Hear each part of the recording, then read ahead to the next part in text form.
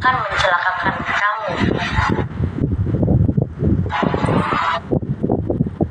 Tiba-tiba saja orang ini datang kepada kamu, meminta maaf kepada kamu atas apa yang telah dia lakukan.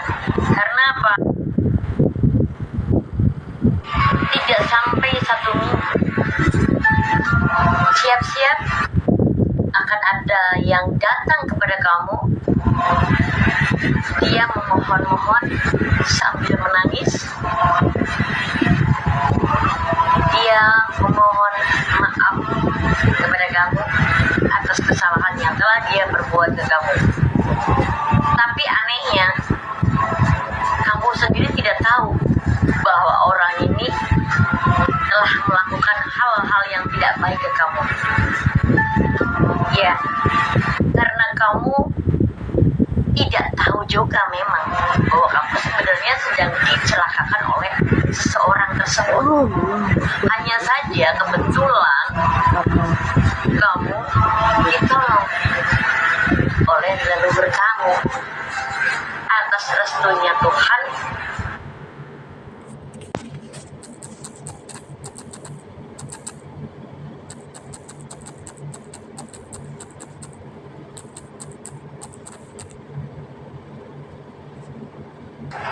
dan semesta berpihak kepada kamu, dan juga tidak lupa karena karma kebaikan kamu, sehingga kamu selamat. Bismillah, ucapkan kun fayakun terjadilah. Saya doakan jika video ini lewat beranda kamu, hujan deras dan banjir ini akan berganti menjadi rezeki tak terduga di esok hari buat kamu. Bismillah. Kepribadian kamu yang harus kamu sadari ini sangatlah istimewa. Walaupun saat ini kamu merasa kesepian, namun kamu masih ramah terhadap orang lain.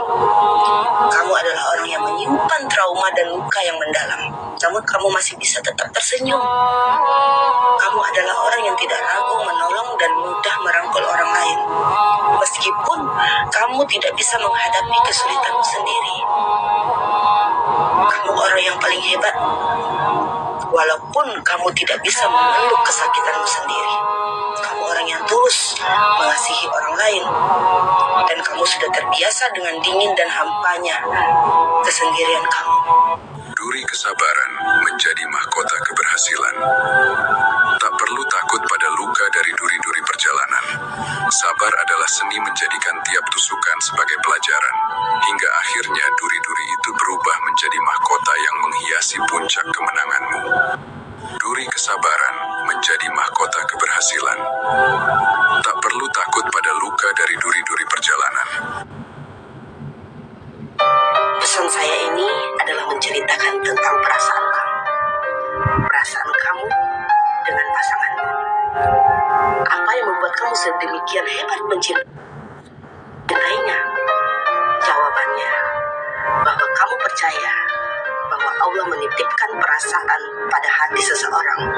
Itu bukan tanpa alasan. Dan jika pada akhirnya hatimu harus kecewa, tidak apa-apa. Rasa yang Allah tanamkan di hatimu tidak lain hanya agar kamu bisa melihat nikmatnya ikhlas pada puncak mencintai seseorang. Kamu percaya rasa yang tertanam di hatimu untuk seseorang adalah bentuk nyata Allah menunjukkan betapa nikmatnya.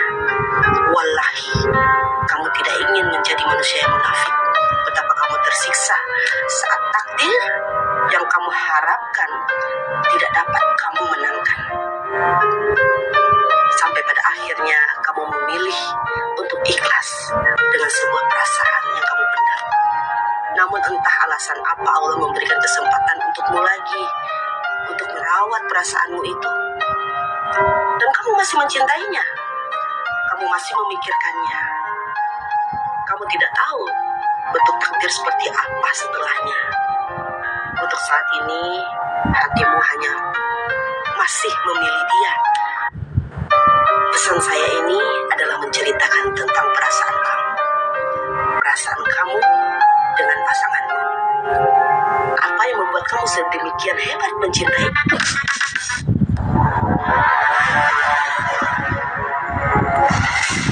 Wow, sungguh sangat luar biasa. Di sini saya melihat energimu begitu kuat. Kamu akan kelimpahan rezeki di hari Jumat besok. Ambilkan pilihan ini serta dibagikan. Inilah 5 tanda Allah akan menaikkan derajatmu. Sebelum lanjut, alangkah baiknya jika kita share video ini dan semoga kelak menjadi pahala jariah kita. Amin. 1. Banyak orang bergunjing tentangmu, meskipun kamu tidak melakukan kesalahan. Kedua, kamu akan menghadapi kesedihan yang panjang, sampai di titik kamu ingin menyerah. Ketiga, orang terdekatmu perlahan akan dijauhkan darimu. 4. Kamu akan dihadapkan dengan masalah yang bertubi-tubi. Kamu dihadapkan untuk berurusan dengan orang-orang yang tidak suka dirimu. Namun setelah itu, kamu akan merasakan anugerah dari yang telah kamu lalui, dan derajatmu akan dinaikkan oleh Allah. Inilah 5 tanda Allah akan menaikkan derajatmu. Sebelum lanjut, alangkah baiknya jika kita share video ini. Ali bin Abi Thalib pernah berkata, jauhilah 7 perkara, maka tubuhmu akan terasa nyaman dan hatimu akan terasa tenang. Pertama, jangan meratapi masa lalu. Betapa ruginya seseorang menghabiskan hidupnya hanya untuk meratapi sesuatu yang telah berlalu.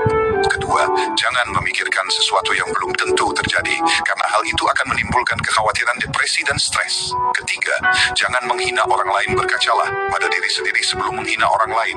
Keempat, jangan meminta balasan karena hal itu sama saja akan menjatuhkan kehormatan dan harga diri. Kelima, jangan tamak karena sifat tamak akan menghalalkan segala cara agar mendapatkan yang ia mau. Keenam, jangan marah kepada orang yang terlihat tenang karena hal itu sama saja membangunkan singa dari tidurnya. Ketujuh, jangan memuji orang yang tidak tahu diri, karena orang yang tidak tahu diri semakin dipuji semakin menjadi-jadi, dan dia tak akan menemukan jalan untuk mengoreksi dirinya.